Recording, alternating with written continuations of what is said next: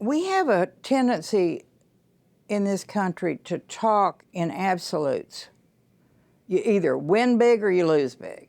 In truth, the last election, simply because we lost a number of elections we wanted to win, we did not lose by that much. This country is pretty clearly divided. We lost the last presidential election because there was a third-party candidate named Ralph Nader that took votes from the Democrats, or we would have won the presidency. So it was not a clear Republican-Democrat decision. And there are some of us who think that Al Gore won anyway. But the Democratic Party did not seem to have a voice. It didn't seem to be able to enunciate who it was. You had a bunch of candidates who were running around with a mushy message, and the American people don't care for mush. The President, Bush, did a very good job of staying focused on an issue that the polling had showed that no one cared anything about, and that was Homeland Security. And when you think about it, it was a very interesting mix. He said, I am going to take you into war, and I'm going to make you safer. And the American people bought that. But no Democrat enunciated it the way I have. No Democrat went after Bush because somehow they were intimidated by the fact that he had a high popularity rating. The Democrats had to take him on. They had to take him on in unison, and they had to take him on hard. And they, for some reason, were unwilling to do that. And as long as they continue to do that, they will continue to lose. Now, in Texas, you have to understand that Texas has always been a very conservative voting state. We had a single-party system.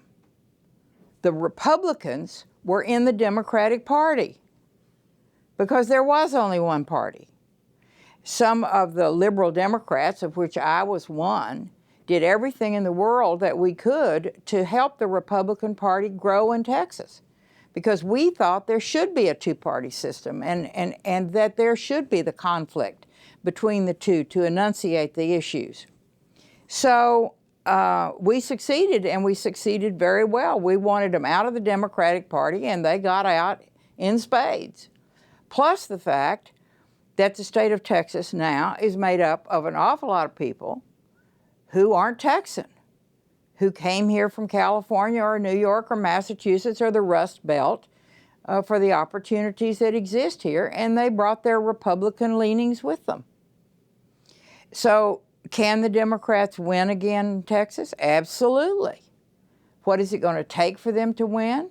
It's going to take a serious vision, and it's going to take serious money to be able to do it. And it's going to have to produce candidates in which the public has a solid dedication and belief.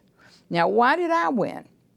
I mean, I was obviously, everyone says I was an anomaly. No one expected me to win. Well, of course they didn't. I mean, I think when I got in the race, they showed me a column of figures that I thought said might be willing to vote for me. I think it was like 56%. And after I looked at that list, the pollster said, these are the people that wouldn't vote for you under any circumstance. So it was uphill.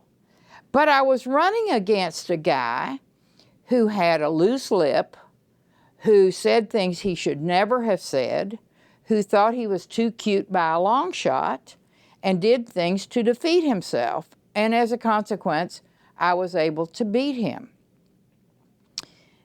In the election against Bush, the big issue was guns.